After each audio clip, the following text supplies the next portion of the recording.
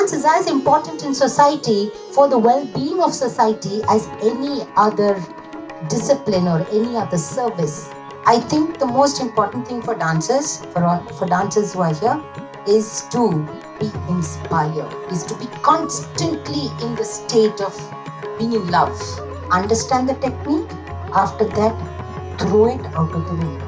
My whole aim is to bring out the beauty and the versatility of my dance form, because for me, I have a lover relationship. Bharatanatyam is my lover.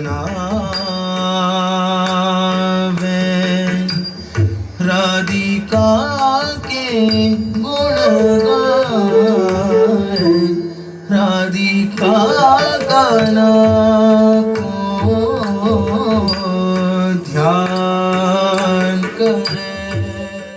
I want to first say that I'm really happy to be here at NIV, and thank you, Luptak, for inviting me.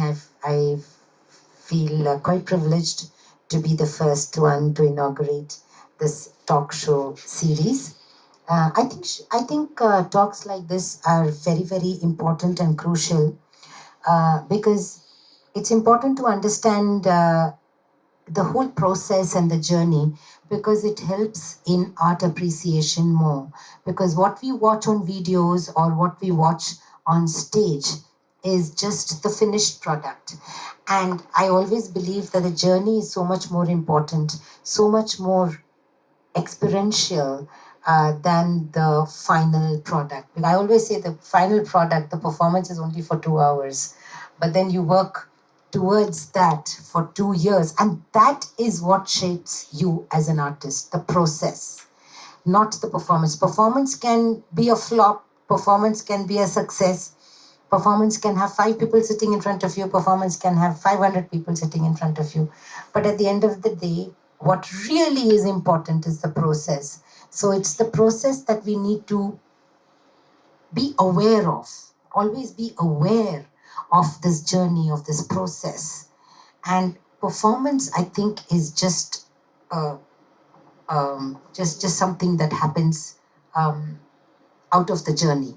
So I think the journey is important. So yes, so talks like this help in artists like me to reveal things about the process and the journey.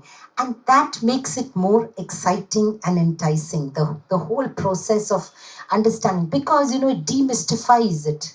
And the minute anything is demystified, you try to get into it with more kind of an interest into it, because the minute it is, okay, I like it, but I didn't understand it so much, and I don't know how they came out of it.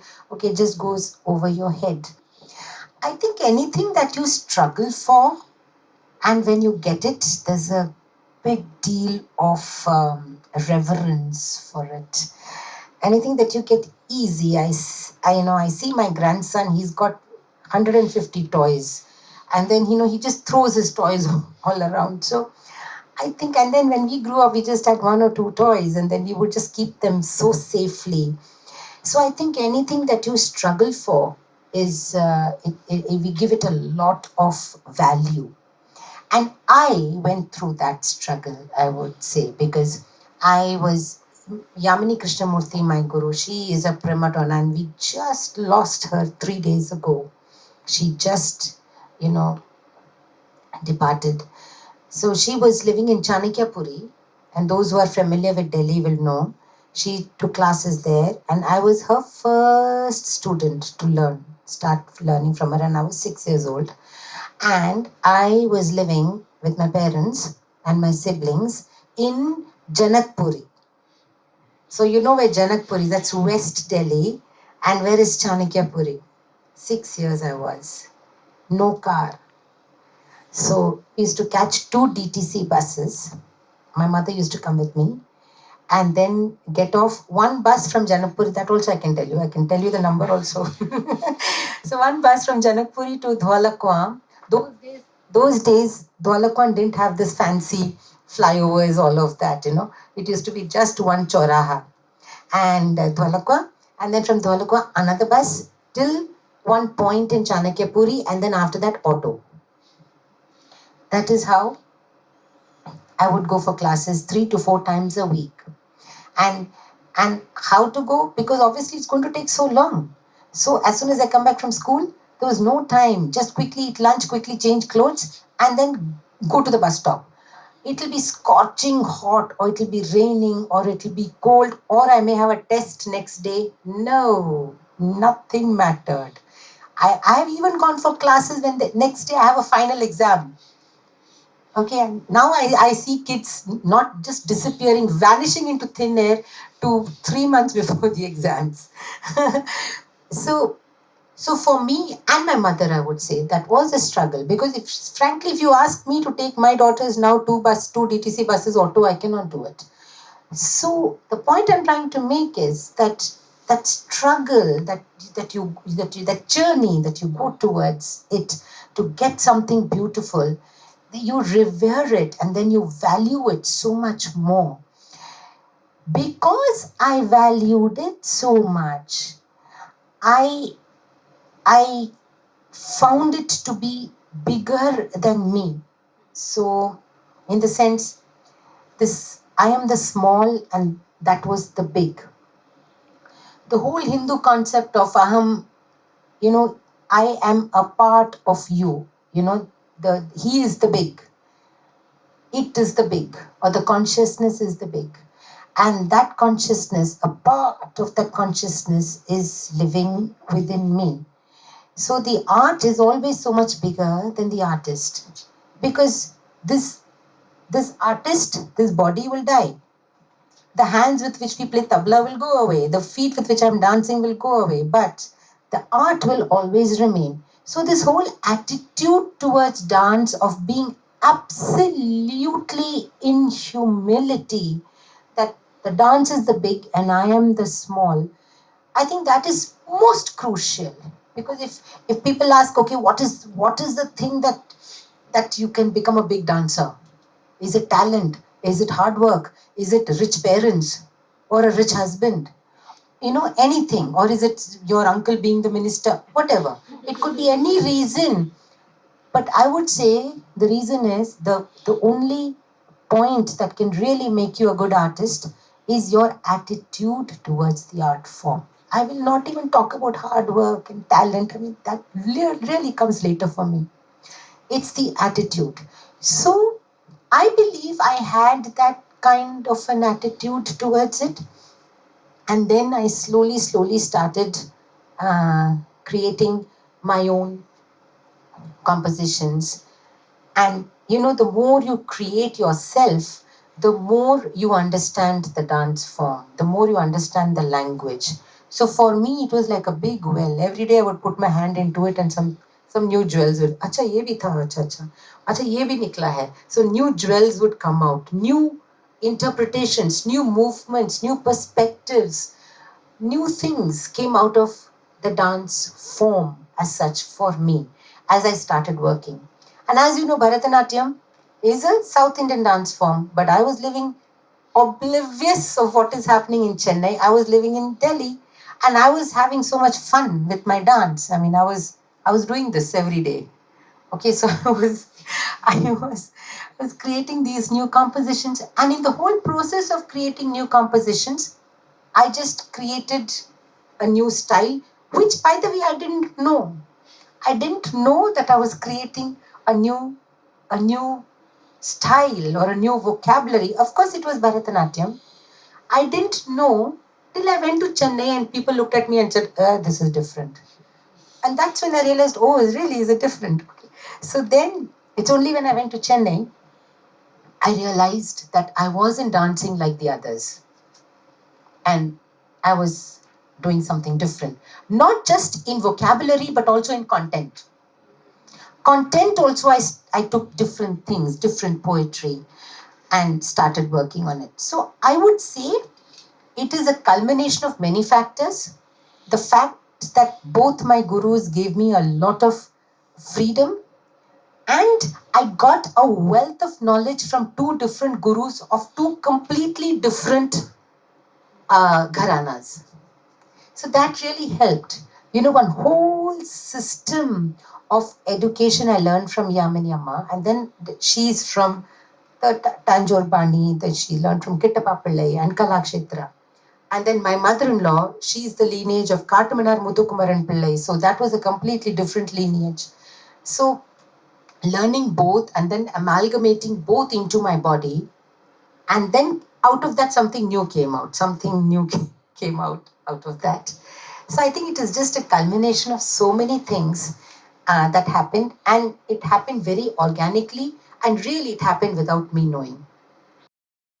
Driving you to continuously create and push the boundaries of Bharatanatyam. And also, you are in a position that one of like India's topmost soloist. And how do you balance, the pressure of creation while enjoying the freedom of, it? Like at the same time, like it's a pressure that you have to create, but how do you enjoy the freedom of it, that creating something? So, Pritam, my Instagram status is in love with Bharatanatyam, right? So, when you are in love, right, when you have a lover with you, you are all the time doing things to please that lover. And then you're calling everybody and saying, see how good my lover is, see, he's so handsome, see, he's so intelligent, see, he's got. All the time, I'm trying to show off my lover to everybody because I love him so much. And I want the world to see him, and I want the world to understand him. I create pieces so that Bharatanatyam is shown in good light, so that people say, you can do this in Bharatanatyam. Bharatanatyam is so versatile. Bharatanatyam में ये भी कर सकते हैं. This is the grammar of Bharatanatyam. Oh my God, Bharatanatyam is so vast. So my whole aim is to bring out the beauty and the versatility of my dance form, because for me I have a lover relationship. Bharatanatyam is my lover. Everything comes later. So it's a lover. And it's important. It's important because Shringar is the Rasaraj. The rasa that you will have, and the emotion that you will have in a Shringar based emotion will make you do the best of things. So now that I am in love with this person and I want to do everything good for this person, it doesn't matter. Somebody has said you have to create this in 5 days, or somebody has said, you have to do this. Somebody came up to me many years ago and said that time AIDS was a very, very big hot topic. I think about 30 years ago, probably. So they said, can you do something on AIDS awareness? Few years back, about 10 years back, somebody came up to me and said, can you do something on awareness of breast cancer? So, yes, it is a pressure. How do you show breast cancer in an imaginative, aesthetic manner? But I know my lover will not let me down. So, so I then just start working towards that. But yes, the most important thing for creative mind is inspiration. You have to be constantly inspired. So you can't fall out of love. If you fall out of love, means it's divorce. So I cannot fall out of love from my dance form, from my art form. So I have to be in love. So every morning, every day, the only thing I don't ask for health or good knees so that I can dance more years, or so that I'm healthy, or I'm able to uh, perform, or I get this performance or that performance. That's not what I ask for. The only thing I ask for from God is keep me inspired, keep me in love. I think if that is happens, anything can happen. Even if I have bad knees, I can dance. Right. So I think the most important thing for dancers, for dancers who are here, is to be inspired, is to be constantly in the state of being in love, being in inspiration, you know. So that's what I pray for. Okay, now I'm going to ask something which is very, which you have been hearing for a long time, I'm sure. So, Bharatnatyam's traditional Margam framework provides a foundational structure for the art form. However, in today's dynamic cultural landscape, how much relevance does it hold as a traditional structure? And like, do you think that you can, like, keeping this structure like intact, you can work around it, and still you can make people believe that it is relevant, or like it is important, it is um, it is important at the same time, but you can always, you know, innovate something and bring something new. So what do you think about the structure being as a like foundation to the dance form, and how would you work towards it to make it relevant now? So the structure is very, very important because that is necessary for pedagogy. But the thing is, we have to understand that if I am saying I've created these new compositions, Rama Vaidyanathan is the one who has created new compositions into the structure, I'm completely wrong. From the day Bharatanatyam started, people have been innovating.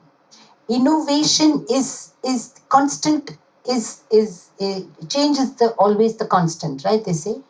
So it has been always evolving. Even the Devadasis were creating new compositions. They danced to, in those days, they danced to a Thumri. In those days, they danced to a Western violin during the British rule.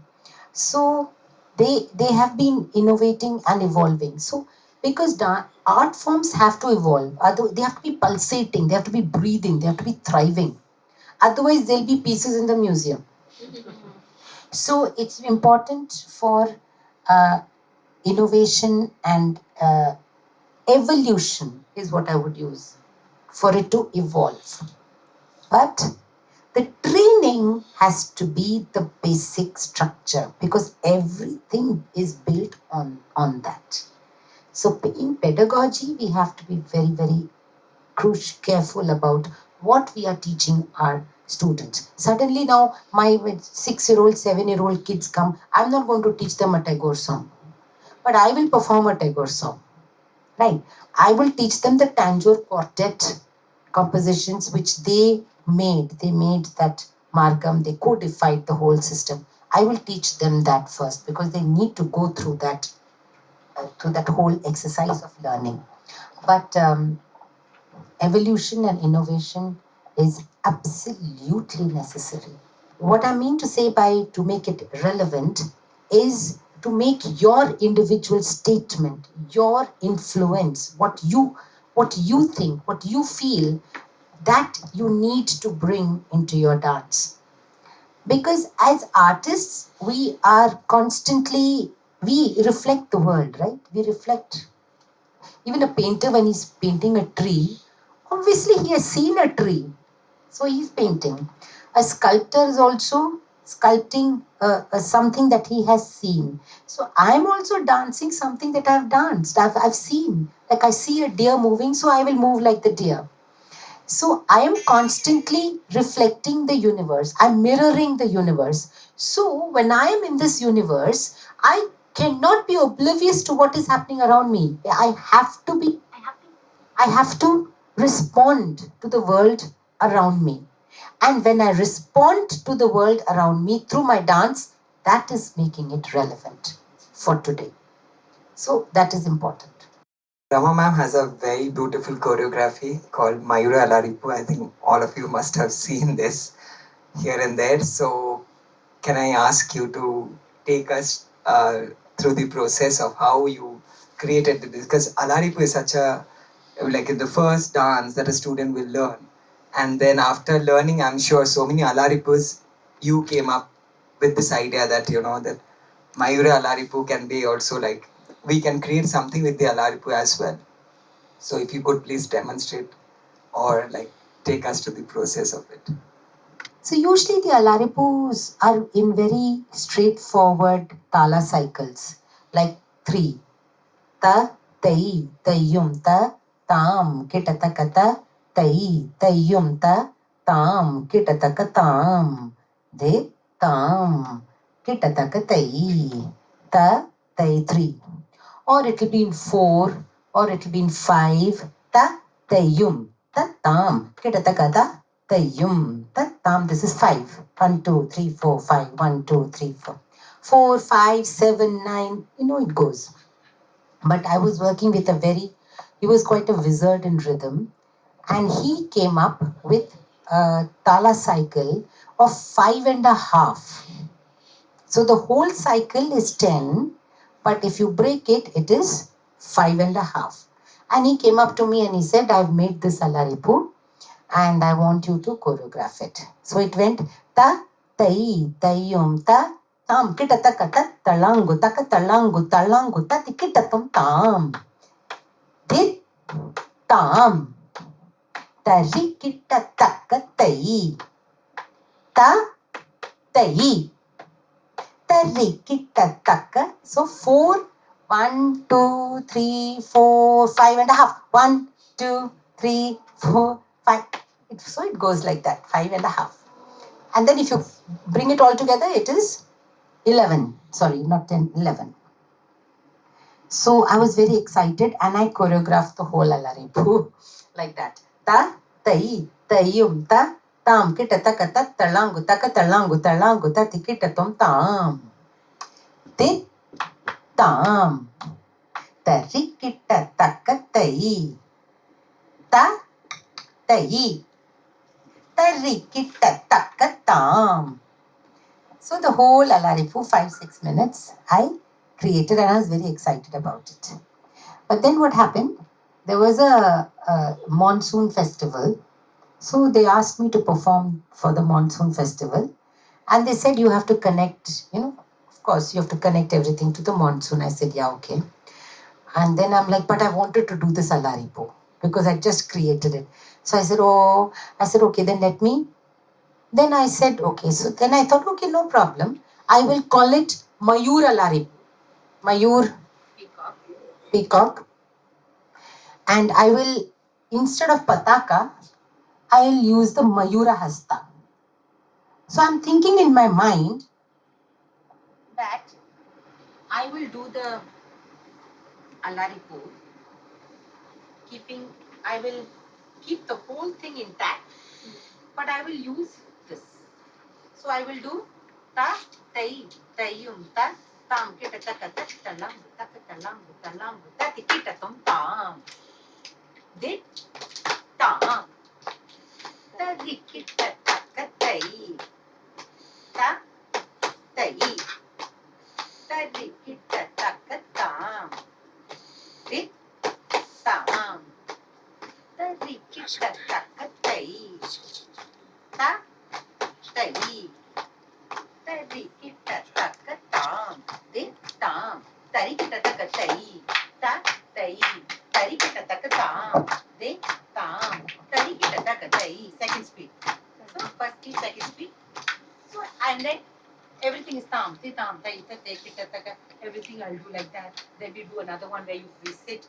Everything I thought I will use Mayura Hasta. I'm thinking in my head. I will use the Mayura Hasta. It's very easy. Then I go to my dance studio and the mirror is there and I start dancing. So then I do ta, tai, taiyum, ta, tam, kita, taka, ta, talang, taka, talang, talang, ta, kita, tum, tam. Dit, tam. Tari, kita, taka, tai. First speed was fine. Ta, tai. Tari, kita. First speed was fine. The minute the second speed came, tam, de, tam, tari kita taka, I started doing tam, de, tam, tari kita taka, tai, ta, tai, tari kita taka, tam, de, tam, tari kita taka, tai, ta, tai, tari kita taka. And instead of doing tam, dit, tam, tarigadadai, I started doing tam, dit, tam, tarigadadai, tarigadadam, dit, tam. I started doing this. I myself was aghast. people ask me, how did you choreograph this Mayura Alarippu? It's so beautiful. I keep telling them, no, I didn't choreograph it. This Hasta choreographed it. So that's when I realized there is a different adrenaline, a different energy that passes through your body the minute you change your Hastas. Hastas are so important even in tantric worship, even yoga. So Hastas are extremely important. So which is why I started creating this. Then I understood what it is trying to. Then I understood what my lover is doing. so then I started working. Then I started looking at. Then I understood. Then I started looking at peacocks. I started getting some more movements, and then I started incorporating those peacocks. This also has been evolving. Every time I do something different. So then I started evolving it, and then it became one famous Mayura Alarippu, which became viral all over the world, and people started, uh, dancing it. And then we started looking at possibilities of the structure of the Alarippu and how you can create so many other things. And then a lot of other people started taking it up and doing different things with the Alarippu. So Yeah, now is the question that I wanted to ask you for so many years, which is it's about art appreciation. So, how important it is to appreciate and learn from your colleagues and fellow artists, and how the interdisciplinary art form actually inspires you to create or to think. So, if you could please talk about it. So I think it is very important for a dancer to take dance out of the classroom. And it's only then that you make the transition from being just a singer or a dancer to an artist. How do you take it out of the classroom? What do you mean by that when you take it out of the classroom? I mean, because I keep telling my students also, this is the technique. Put it like this, feel the core, feel the tension between your two shoulders, like minute things like that, okay? The wrist, keep the wrist tight. Remember, this is the technique. Understand the technique. After that, throw it out of the window. It's so important to do that. Because only then will you jump out of the classroom, look at the trees and the flowers and the breeze and the moon and the deer and the ant and the little child crying and the mother holding the child and the lady sweeping, where you will notice life around you. So, when you say interdisciplinary, I don't mean only you should go and see Odissi program. You go and see a Kathak program or go and see Hindustani program. Go and see paintings. Go and see sculptures. Read poetry. Read poems. Read the read the Valmiki Ramayana, or there are so many things that you can, so much of wealth of poetry and literature that is there. These are all interdisciplinary, but for me, I think interdisciplinary is also about being aware in life, being alert in life. Like anything which is beautiful and aesthetic has to catch your eye. Anything which can be translated into movement, you need to look at it and you need to make it a part of your body.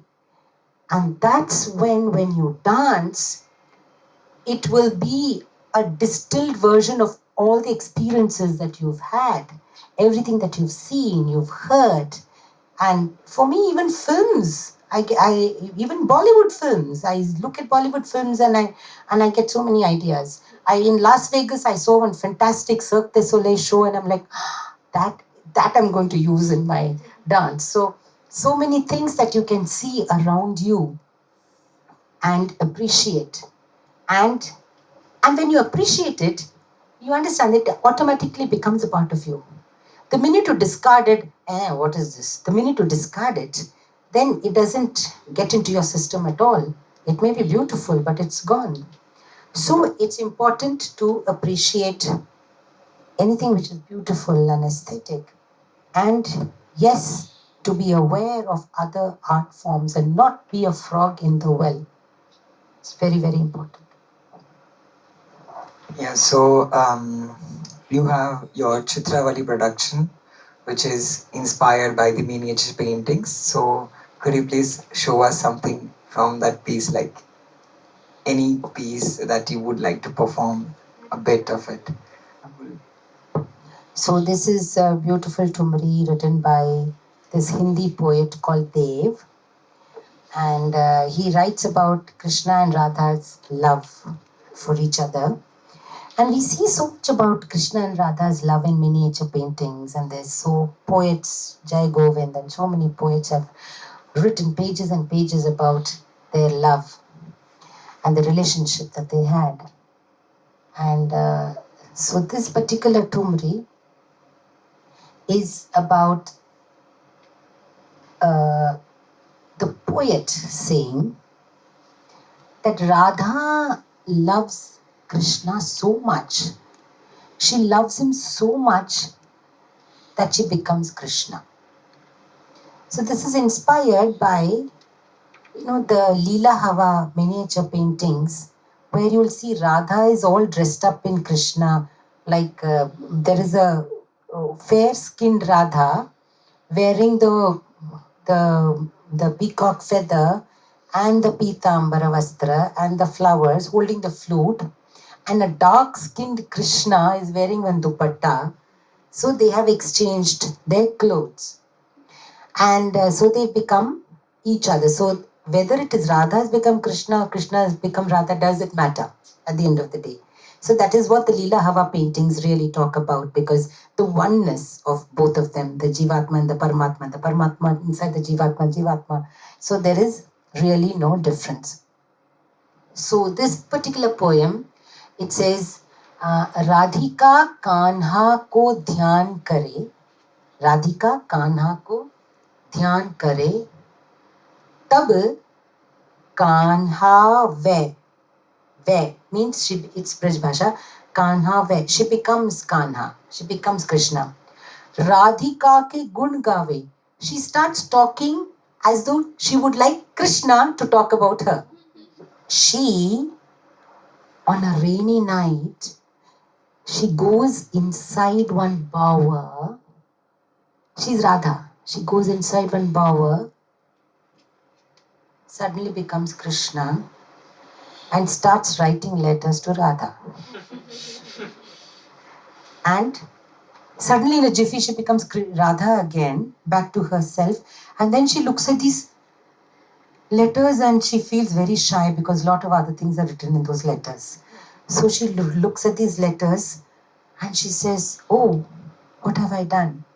And then she realizes, oh, he hasn't written them to me. I have only written them myself. So then she again falls into a huge bit of, sadness because he's not there for her. So that is the Thumri. So, but I will do the first one, the first line, the Pallavi, where she says, Radhika Kanha ko dhyan kare, tab Kanha ve Radhika ke gun gaave.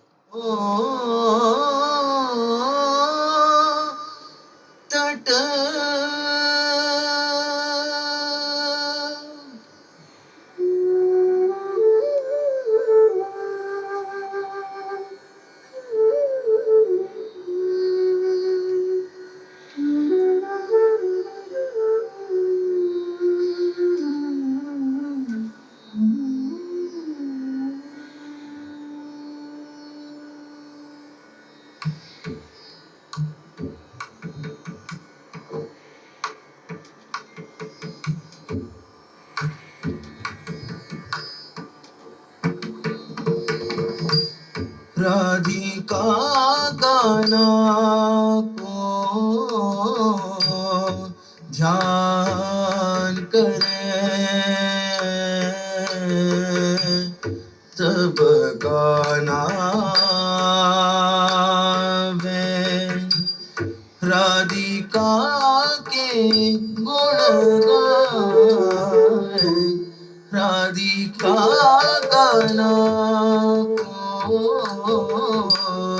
ध्यान करे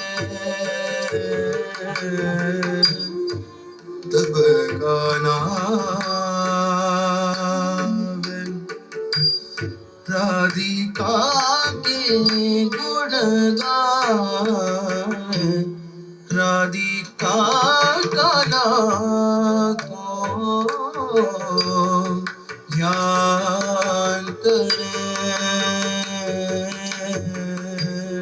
तब गाना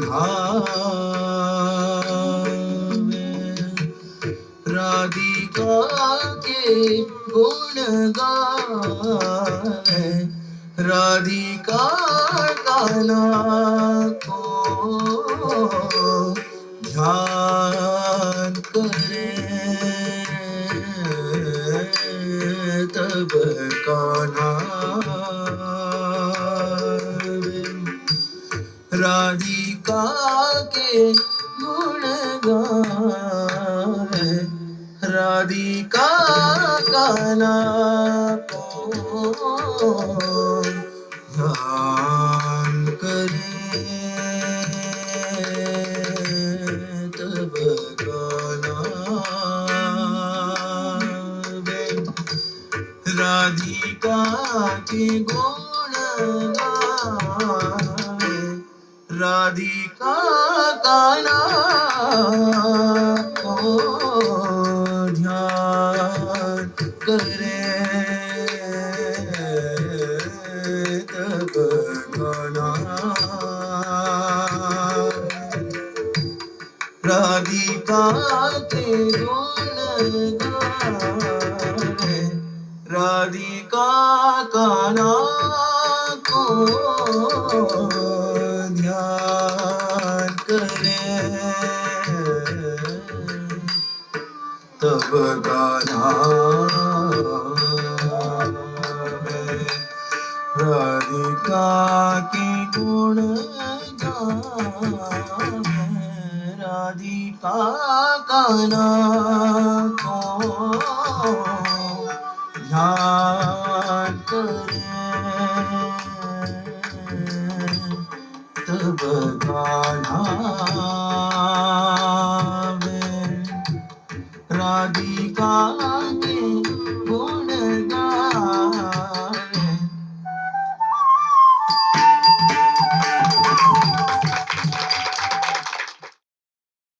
So, yeah, I'm not really in mood of asking anything after this, but there are two more questions actually. Not many.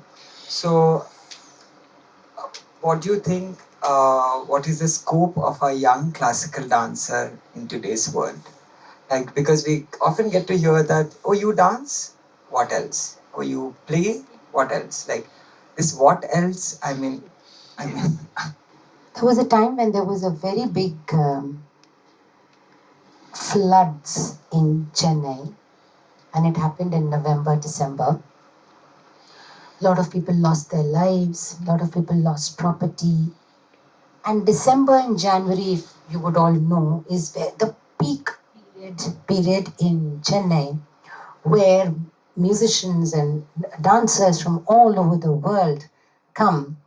And it is called the December festival season, where there are many, many sabhas or organizations that have these performances, seminars, talks, morning till evening. So it's like one big festival. It's literally one of the biggest art festivals of the world. In fact, I am now actively trying to work towards bringing it into the recognized by the UNESCO as one of as an intangible cultural heritage, like Banaras was given that status. So that happened, and when so then just December this floods happened, but there were still performances happening, music and dance performances were still happening, and then there was this big thing on social media. No, we mustn't. This is not the time to go and sing and dance at a time when people have lost their lives. And it's not appropriate. and also look at the resources that will be spent. You can, instead of taking a flight from here to Chennai, you can spend that money in giving it to a person who has lost his car or lost his scooter in the floods. So there was a lot of furore in social media of how dancers and musicians should stay away from the music dance festival.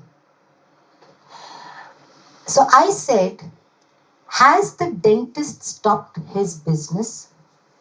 Has the biscuit shop, has he closed? He's opening and he's selling his biscuits, right? And has the cleaning lady, has the cook, has the doctor, has the lawyer, has the chartered accountant, nobody stopped. They all went back to their jobs.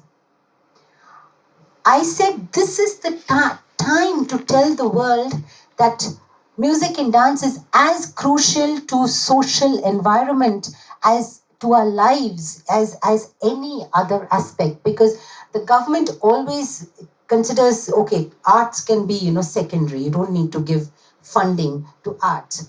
And this is the time to understand that we can sing and dance and bring happiness to people.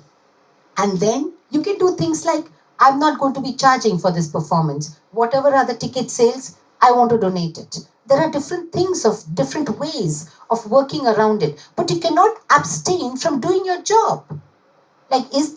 Exactly like the dentist, will he sit at home? Oh, floods ho gaya, I can't go to my clinic. No, he will go. So, and I thought it was the perfect opportunity for us artists to say, music and dance is as important in society for the well-being of society as any other discipline or any other service. So, point that you said about how is it for young dancers. So young dancers themselves should have this conviction that what they are doing is of utmost importance, crucial, relevant for the well-being of the country, of the tradition, of the country, and of the arts. So that conviction has to come. Yes, I know conviction will be there, but where is the money? So if you're an artist, you be prepared to invest. Be prepared to invest time, most important, be prepared to invest time. And you have to be patient. And when I say time, I mean 1 year, 2 year, no. I mean 20 years. You need to give in 20 years, and then you need to spend money. Don't buy that Zara t-shirt. Okay, save that money. Don't go in an Uber, go in an auto, whatever it is. Save money, work it out the hard way, because that art deserves that kind of sacrifice. And so you have to go buy it the hard way and face the challenges and struggle. Struggle is important. Struggle is important. Struggle is beautiful. If you've not struggled, sorry, I don't want to talk to you. You understand what I mean? Struggle is so important. And when I say struggle, I don't mean only struggle for money is a struggle. No. There are various kinds of struggle. You may be the son of a very, very famous artist like him. And that is also a struggle, because then you have to work towards keeping up that reputation, and then you hear a lot of things about, oh, how good your father is, and you have to come up, or so many things are there. So there are different kinds of struggle, different kinds of challenges, emotional, physical, financial, social, that you go through. Like young boys go through social struggles in class, in school and college, when they know that, when the peers know that they are dancers. Pritam, I'm sure you know about it. So struggle is good. Face the struggle. I mean, value your art form more. So youngsters need to be patient. I'm not even saying they need to be hardworking. Hardworking is a given. right? It's a given. So you need to be patient and you need to invest. Everything you have to invest. As you continue to shine in your career, and how do you wish to be remembered, like, and what contribution do you think that, like, what are your contribution to the field as a dancer, as an artist par excellence, like, what do you think your contributions? So contribution is definitely, I would say, through my dance compositions which I have choreographed, and lots of dance compositions. So, a performer is always a performer, right? So I would like to be remembered as somebody, I had tears in my eyes when I saw that particular dance. I had goosebumps when I saw that particular dance, or I changed my idea about, so and so Shiva or this after I saw her dance. So I would like to make a difference to the audience. So I want to be remembered by having made a difference in the world of dance. Because when I used to follow you in Chennai, I always thought of you as an artist. But now you are creating phenomenal students, and a lot of them, and they're all gems. I mean, it is so wonderful to see that. So, what has teaching given you? When did you start teaching? And Thank you, Mahalakshmi. It's a very important question, I think, because as you said, we mostly know Ramaka as a fantastic performer, but how she is as a teacher now, I think the world is slowly getting to know that through her students. So, as she said, that the detailing is very, very crucial. Like when we go for classes and all, it is, because all of us had our initial training before, but when we, like, I can talk about myself or my friends who are sitting here, like when we joined, so it was like we saw dance in a different way, like the same tatta adavu you can interpret in a different way. Like, how do you use the vocabulary that you have learned, and how do you practice it, and how do you go beyond it? As she said, that you practice the technique and then you throw it from the window.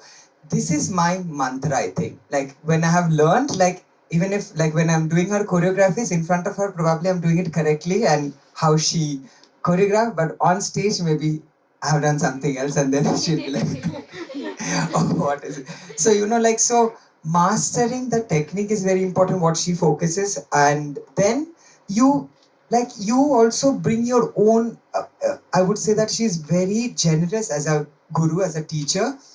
She doesn't like to call herself as a guru, but I think means she's very generous, that she allows us also to explore and allows us also to, kind of push the boundary and create something of your own, which most of the teacher I've seen, like, they will hold you, like, like, oh no, this is my style and you should do it like the way I do. But she never, I don't remember, she never held me like that. She was like, always try, think what you want to, like, do what you, feel like.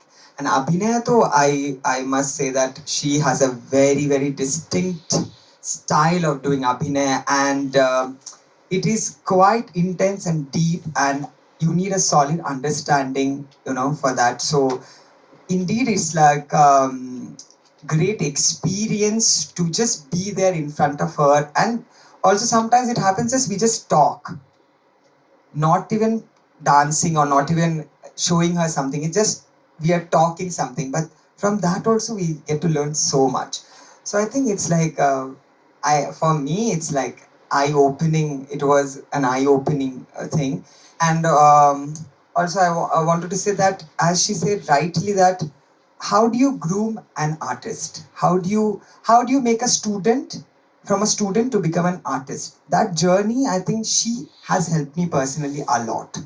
Like, how to present yourself, how to talk, even how to walk, even when you go, in a restaurant. I would say, like, in that personal way, that how do you really, like, present yourself, like, it's very important, the grooming, because most of the students I see, they're fantastic dancers, but when there are 2,000 people, they have to talk, they don't know how to, like, they'll be like, so this thing. So it's a fantastic way that she has groomed, I think, all of us, and I'm grateful. Absolutely, my dance really, really enriched and nourished while teaching, because it's a known fact, the more you teach, the more you learn. Absolutely, you learn so much while teaching. Now you may ask the question, if you already know this and you're teaching it to a student, then how did you learn? The thing is, I know this, but I'm putting it in another body. And the minute it transfers to another body, I see a different perspective of it.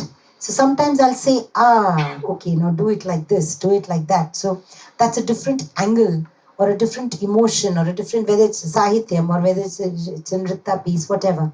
So there's so many perspectives that you need to learn. And the other thing that I really learned was when I was just performing, so my Natwanar and my Mridangist would, we would work on the nritta portions and, okay, this is the way to do it. And I wouldn't write down anything. So it'll be just in my head. And okay, fourth akita, this karve and everything I would understand. But once I put it into my dance and once I start performing it, I would forget the kanak.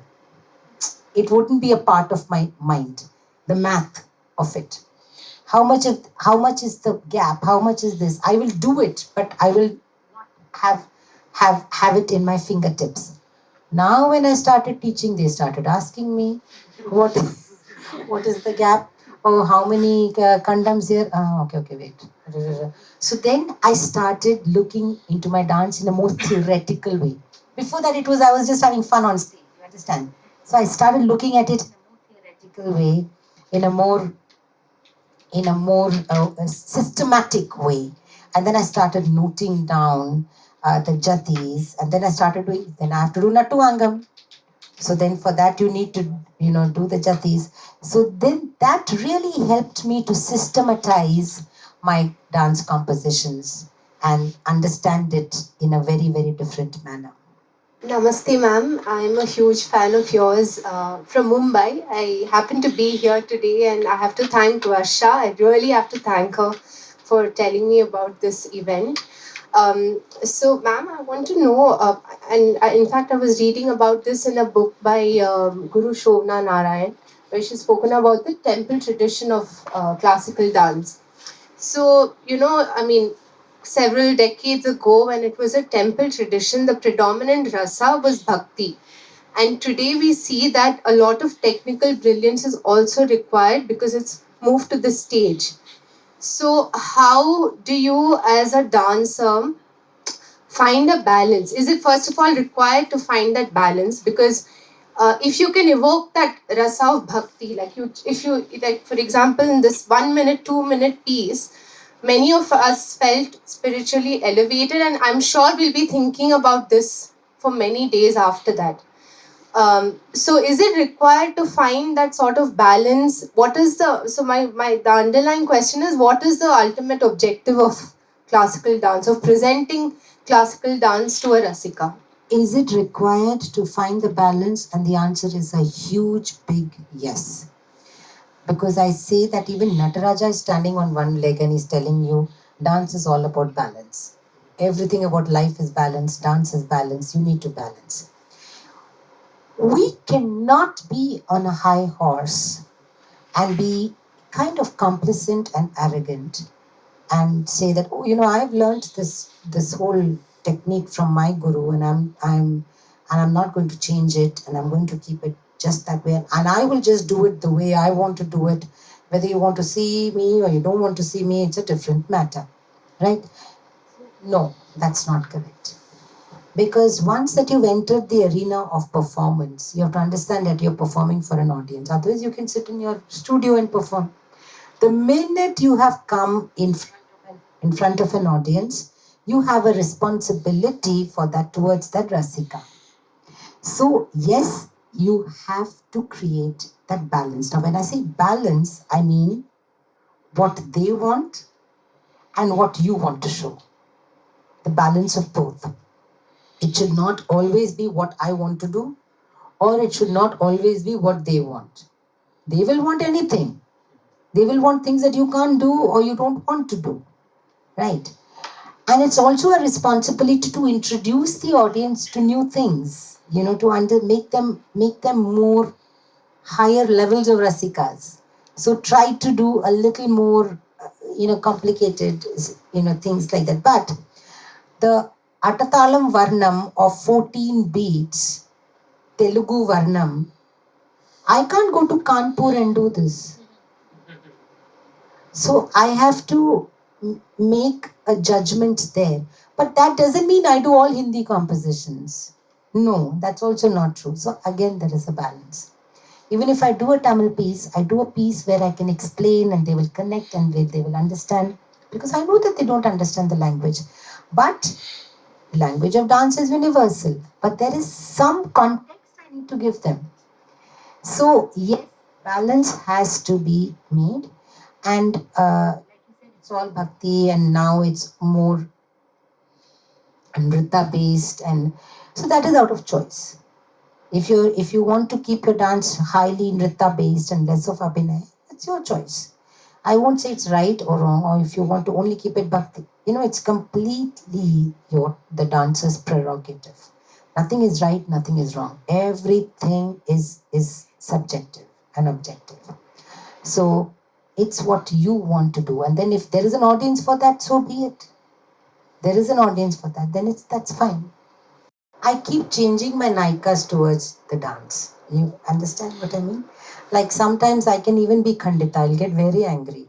So, and sometimes I can be Mugdha also when I was 16 years old, just the way I was 16 years old. So there is no particular naika. That's how it is in life also, right? You can't be in one mode always. It's always transitory. You're always in a transient manner. Your moods keep changing. So even my moods keep changing towards the lover, towards the dance form. And I think it should be like that. Otherwise it will get really mundane and boring. So even in a relationship, in a lover's relationship, it has to be, I think sparks should fly, and there has to be friction, there has to be love, there has to be trust, there has to be so many things, so many emotions have to pass through between those two people. So for me, so in that way, nothing has changed. The naikas keep changing, but what has changed from what I was many years ago and what it is till now? What has changed is this whole thing of, when I was younger, it's all about showing my proficiency on stage. See, I'm able to do this, I'm able to do that, and, showing it on stage. And that gradually has reduced to, I'm not showing it so much to the audience, I'm actually showing it to myself. And incidentally, the audience is sitting and watching it. So that has been a kind of a change. Discipline is definitely important, that's a given. Discipline is important. Practice, sustained practice. Yeah, I did not talk about practice. Practice, yes, thank you, Sangeet. Practice, sustained practice. When I say sustained practice, I don't mean, I have a program after 2 weeks, every day I will practice, and then after that for 2 months you're not doing anything. It's not going to work. It's absolutely not going to work. I always say, the dance will give you what you give to dance. If you give so much to dance, dance will give you so much. If you give so much to dance, dance will also give you that much only. So sustained riyaz is very, very important. And the younger you are, the more you have to practice. As you grow older, you may not need to put in those 7-8 grueling hours like the way I did when I was younger. But the discipline has to be maintained. And discipline of, giving that time to your dance form, to your art form. It's important to give that time. And how do you mentally, it is just something from inside you have to. And you know what? It's always starting problem. Once you start and once you go into the studio and start dancing, it becomes better. It becomes okay. It's only that initial thing, that other person in you will say, "Arey, just continue sleeping. No, it's okay if you don't get up today and you don't practice. Arey, no, no, no." Just that person will definitely tell you. But you have to shut that person up and then get up and make your way to the studio to practice. That is crucial because you have to understand you don't have a choice. Like they said, failure is not an option. You need to practice. So nowadays there is a culture of many people asking for the money so that they can give the so-called opportunity to perform. But as you said, you need to enjoy the demerits also. Yes, it is true that we don't know if we will be able to sustain or not. But at the end of the day, we have to earn bread at least for ourselves, if not for our family. So, what do you say about that? Because after giving so many years and after giving so many things, after investing so many things, when you just don't get chances to perform and people ask you to pay and perform. Everybody's journey is different. Somebody would have paid and paid for small performances, whatever, and come up. Somebody would not have paid and come up. Somebody who would have paid may not even become successful. Somebody who's not paid may get successful, or vice versa. The point I'm trying to make is there is no recipe, straight shot recipe for success in the art world.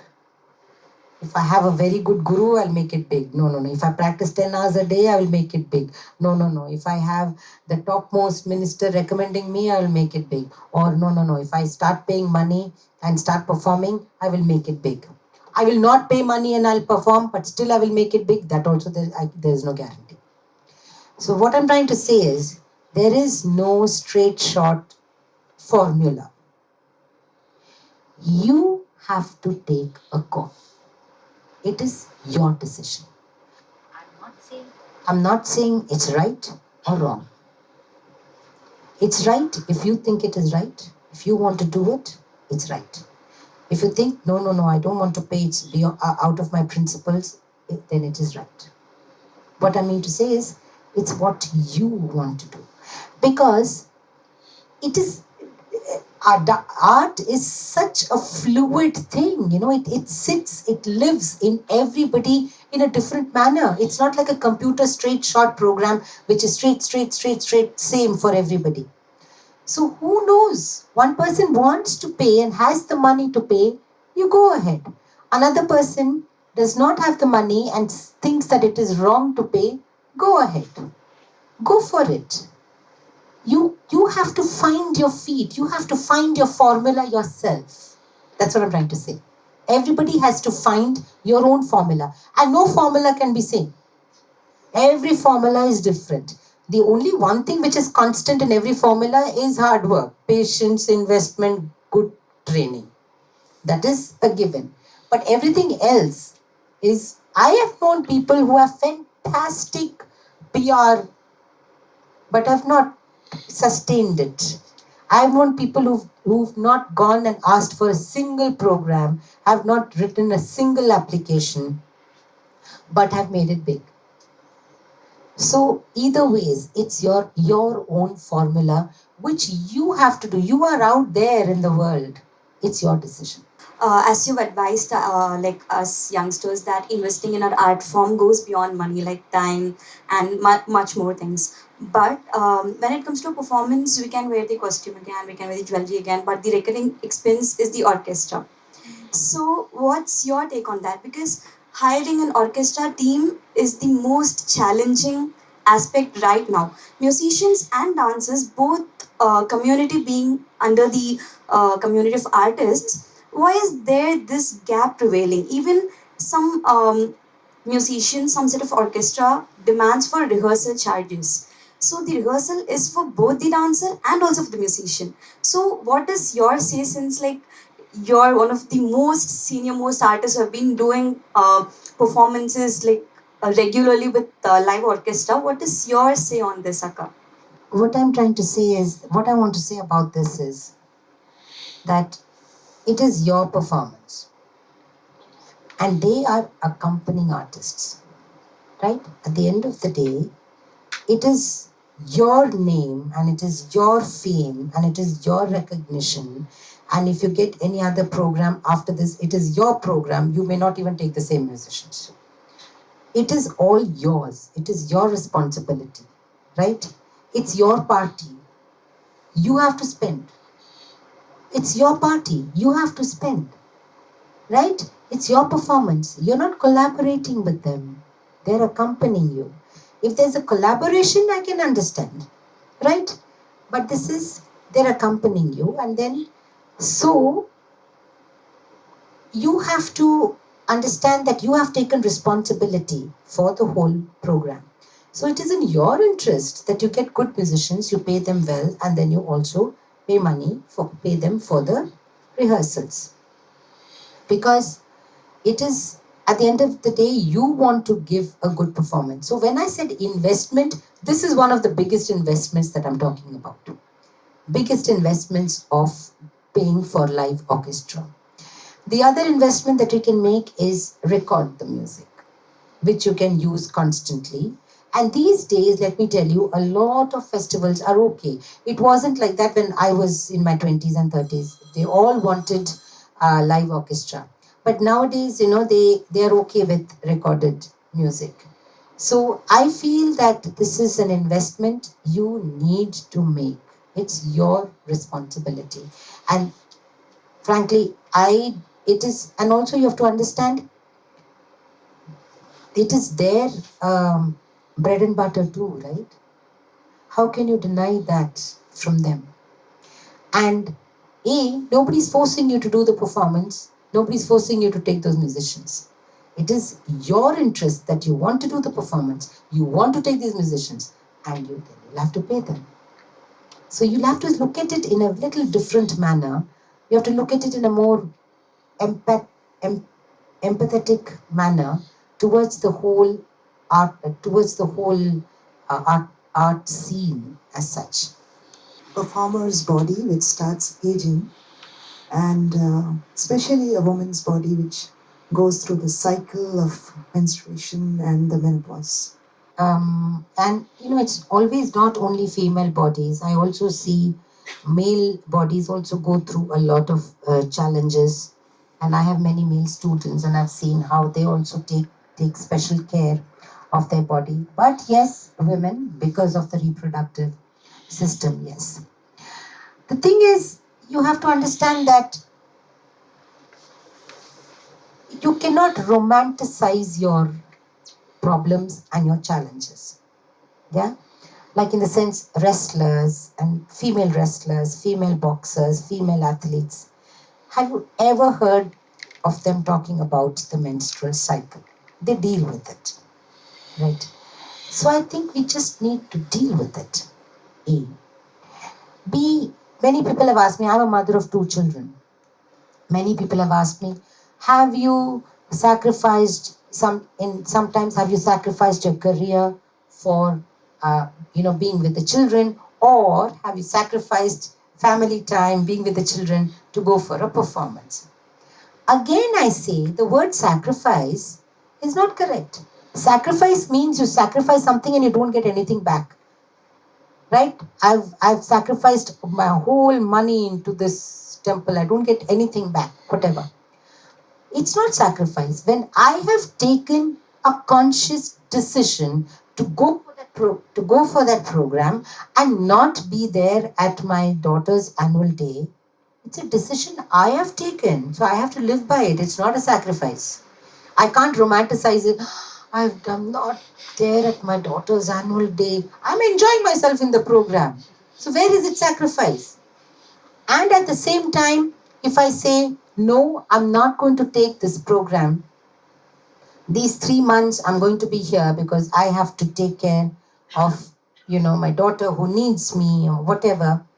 At that time also, I can't say, oh, I missed that program. Because I wanted to stay. It's a decision I made. Emotionally, I wanted to be there for my daughter. So I cannot again romanticize it and say, I sacrificed my career for you. No, nobody sacrifices anything. You make a decision and you stay by it, and it's a conscious decision. Similarly, even for female dancers, we need to deal with it, right? We need to deal with menstruation, we need to deal with menopause, we need to deal with the challenges that it comes with in the body. And if that means that you do not go for a performance, or you do miss a performance, or you miss a rehearsal, it's a conscious decision you have made for the well-being of your body. So you've not sacrificed anything. You have made a decision for your body. So if you're going through if you're going through cramps, or if you're going through menopause or whatever, and it's physically it's difficult for you to do that program, and you don't do that program, or you don't do that rehearsal, it's a decision you've made. Or if you've made the decision to do it, taking pills or with the pain you're dancing, it's again the decision that you have made for the well-being of your career. So either way, I feel it's not necessary to. Definitely, we must talk about it. We must talk about it. But on a personal level, I think we shouldn't make a big deal out of it. I mean, for me, I feel the biggest deal should be only dance. After everything else becomes a dwarf, becomes insignificant in front of dance. Thank you for a very instructional evening, I think. A lot of life lessons.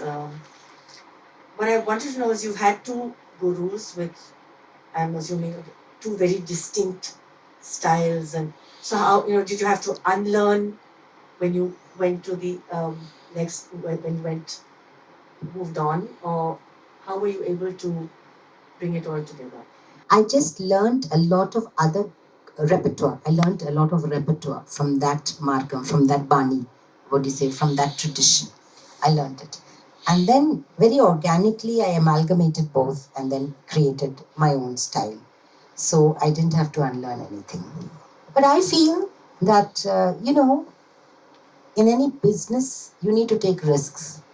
And when you take risks, and if they turn out well, they can really, really turn out well. So I think it is important to take risks. It is important. And when I say taking risks, I mean it is important to listen to your own creative ideas, Listen to your own creativity, listen to your own heart, listen to your own body.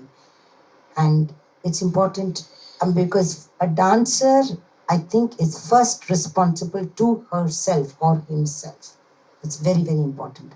So you have to listen. And then, because I feel creating something new, I will say, and people who are mothers here will understand, I feel it's like delivering a baby. Because a baby needs 9 months gestation period. And after 9 months, now you can't say that, only 3 months is over, but I want to have the baby out. You can't. The full gestation period has to go through.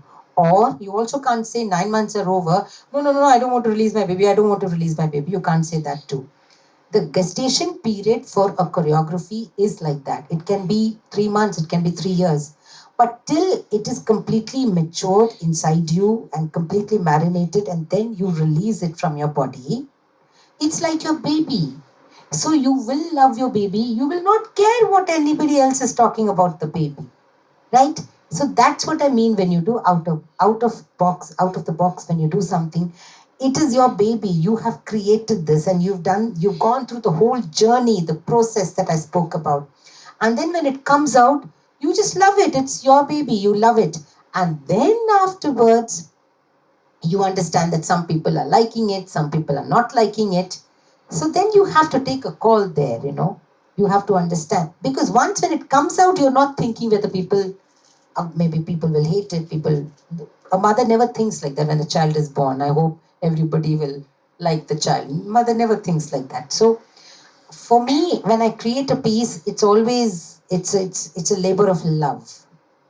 And after it comes out, then the audience or my peers or the critics They watch it and then they may criticize it, and they have in my career. Then you look at you pay heed to what you think is correct, what you think is can be changed, and I have changed several of my things, several of my choreographies. I've reworked sometimes based on feedback. I think feedback is very, very important. Yes, it is important, and understanding what the other person, and like I said, at the end of the day, you are standing there in front of an audience. So you definitely need to pay attention to them, especially when you're doing something out of the box. This is my latest activity with my lover. Group choreography. I've been enjoying working with all of them, and we do a lot of work together. We just performed at the NMSCC in Mumbai in the Grand Theatre in front of a 2,000 audience, and that huge theatre. So it was really beautiful. 25 of us, we performed. So now, when youngsters take up a traditional composition and for a group choreography, right? That's what you're asking. So when they take up a traditional choreography, like suppose a Tilana or whatever, see, the thing is, yes, you have to work with different bodies. And the minute you work with different bodies, the treatment of the space is different. When you're a solo, the treatment of the space around you is different. The minute is many bodies, the treatment of the space around is different. The treatment of the movement vocabulary is different. Like it could be just taha and straight looking in the front, but the minute it becomes group, you have one doing this angle, that angle, that angle. So you see the same movement from different angles, which is very interesting actually. It's a multi-dimensional view to that one movement, which you will see as a solo, you'll only see one view. So I think again, I would say to the youngsters, the prime focus should be to show your dance in good light, to show your dance how beautiful it is, how to show the beauty and the versatility of the dance form as such.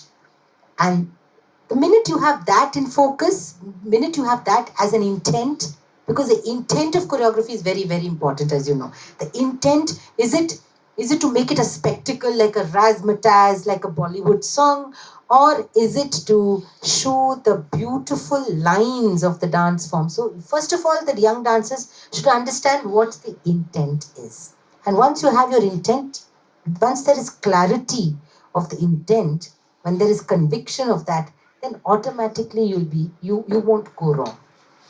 Any message to the young dancers who are present here or who will watch us later online? So I already said investment of everything that you have. Just surrender, give it off. Just give it. You have to invest every single thing. You have to invest. You have to have patience. Very, very important. So just these two things. Lovely.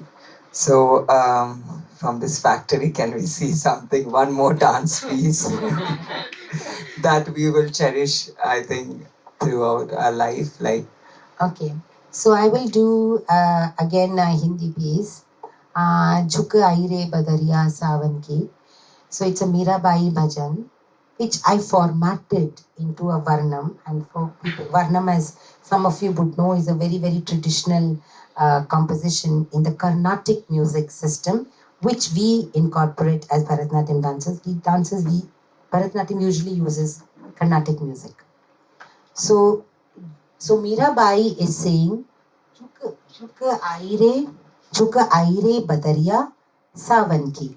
So the dark clouds are looming above me, and they are a message of the rains. They are a message of monsoon. Monsoon is here, rains are here. Juk aire badariya savan ki. But knowing Meera Bai, we know very well she just didn't stand there and look at the clouds and say, hey, look at the clouds. Oh, the dark clouds of monsoon have come. No. That line is loaded. We know it. That line has to be loaded with her love for Krishna. It has to have another layer of meaning. So, in my interpretation, so she sees the dark clouds and she sees them as huge elephants, and Krishna is riding those elephants, because clouds which look like huge elephants is a very, very interesting and much written about metaphor, image. Even Kalidas writes about it as how the dark clouds are like huge elephants. So she sees those dark clouds and she feels that Krishna is riding on them. And so this is Juk Aire Badariya Sa.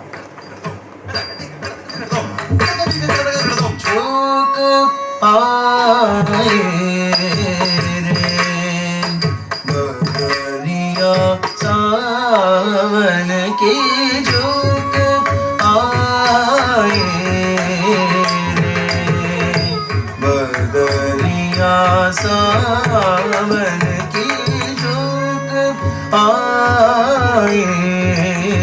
रे बदरिया सावन की झुक आए रे बदरिया सावन की झुक आए बदरिया सावन की झुक आए रे बदरिया सावन की झुक आए रे बदरिया सावन की झुक आए रे बदरिया सावन की झुक आई रे बदरिया सावन की